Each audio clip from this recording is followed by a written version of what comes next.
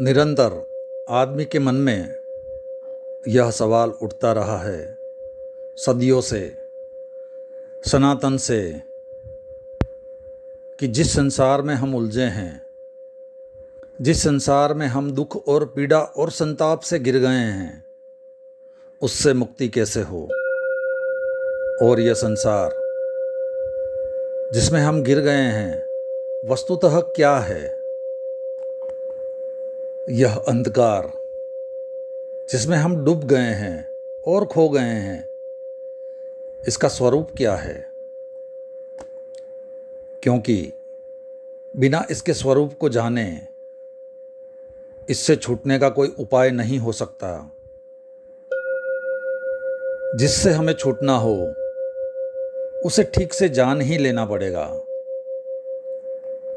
हमेशा अज्ञान में बंधन निर्मित होते हैं, तो अगर खोलना हो बंधनों को तो ज्ञान से ही उनकी गांठ खुल सकती है। इसके लिए मैं आपको एक उदाहरण देना चाहूँगा।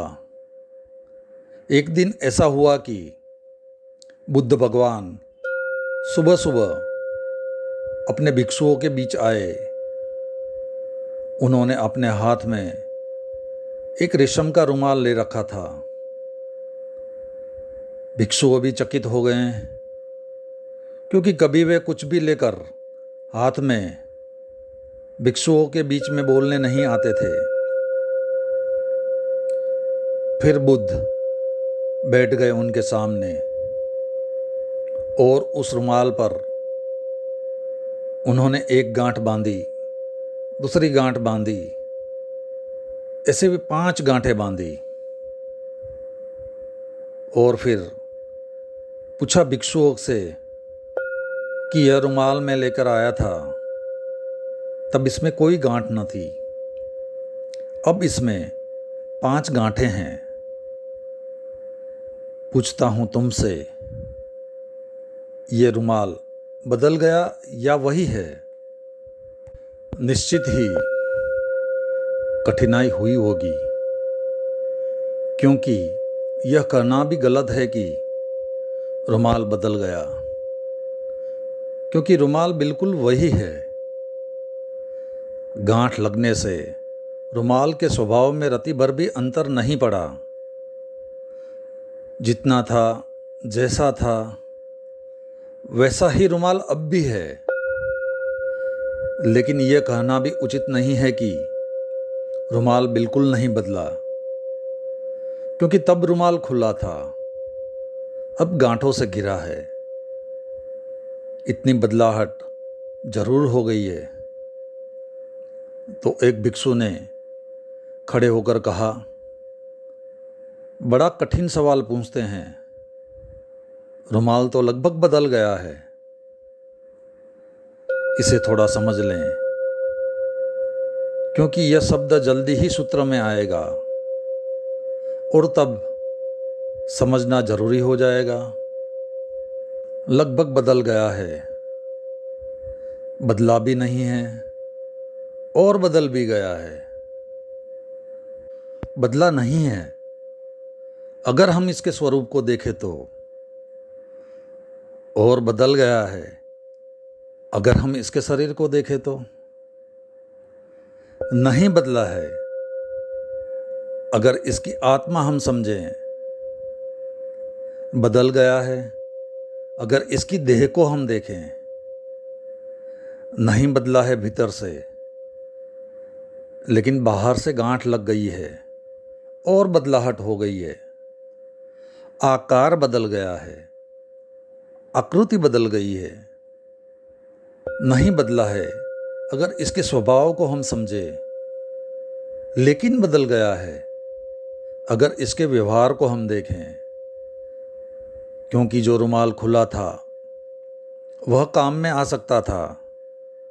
जिस रुमाल में अब 5 गांठें लग गई हैं वह काम में भी नहीं आ सकता, वह रुमाल भी नहीं कहा जा सकता, क्योंकि रुमाल तो किसी उपयोगिता का नाम था। ध्यान रहे, हम जब किसी चीज़ को कोई शब्द देते हैं तो वह उपयोगिता का नाम होता है, मजबूरी है। कठिनाई होगी भाषा में, इसीलिए जब उपयोगिता नहीं होती है तब भी हम वही नाम देते हैं। इसके लिए जैसे समझे, पंखा आप करते हैं गर्मी में तो आप कहते हैं पंखा,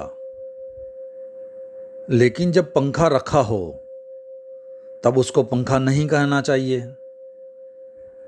पंखा का मतलब हुआ जिससे हवा की जा रही है। जो पंखा काम कर रहा है, लेकिन जब रखा है तब तो हवा नहीं की जा रही है, तो उसे पंखा नहीं कहना चाहिए। पैर वे हैं जिनसे आप चलते हैं, लेकिन आप नहीं चलते हैं, तब उन्हें पैर कहना नहीं चाहिए। फंक्शनल उनका क्रिया का नाम होना चाहिए, लेकिन कठिन हो जाएगी भाषा। चलते पैर के लिए अलग नाम, बैठते पैर के लिए अलग नाम, तो बहुत मुश्किल होगा। इसीलिए काम चलाते हैं। तो पंखे के दो अर्थ होते हैं। पंखा वह जिससे हवा की जाती है या जिससे हवा की जा सकती है। दोनों अर्थों में हम प्रयोग करते हैं।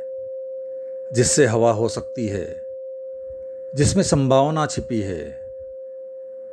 रुमाल का कोई उपयोग है, उसमें कुछ बांधा जा सकता है, लेकिन जो रुमाल खुद ही बंधा हो उसमें अब कुछ नहीं बांधा जा सकता। तो बुद्ध ने कहा, एक और सवाल मुझे पूछना है, और वह यह है कि इस रुमाल को खोलना चाहता हूं तो क्या करूं। और ऐसा कहकर बुद्ध ने रुमाल के दोनों छोर पकड़कर जोर जोर से खींचना शुरू किया। गांठें और छोटी हो गई और बारीक होकर कस गई। एक भिक्षु ने चिल्लाकर कहा, क्षमा करें, जो आप कर रहे हैं उससे तो रुमाल और बंध जाएगा और खोलना कठिन हो जाएगा। तो बुद्ध ने कहा, एक बात जाहिर हो गई कि कुछ भी करने से रुमाल नहीं खुल जाएगा। मैं कुछ कर रहा हूं, लेकिन तुम कहते हो इससे करने से रुमाल और बनता जा रहा है, तो क्या करने से रुमाल खुलेगा।